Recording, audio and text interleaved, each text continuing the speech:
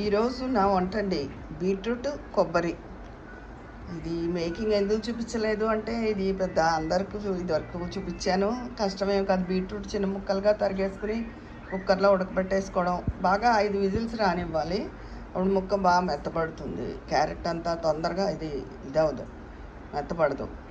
అయిపోయిన తర్వాత మినపప్పు, జీలకర్ర, ఆవాలు, ఎండుమిర్చి, పోపు, కరివేపాకు పోపు వేగాక ఈ ముక్కలు వేసేసుకోవడం.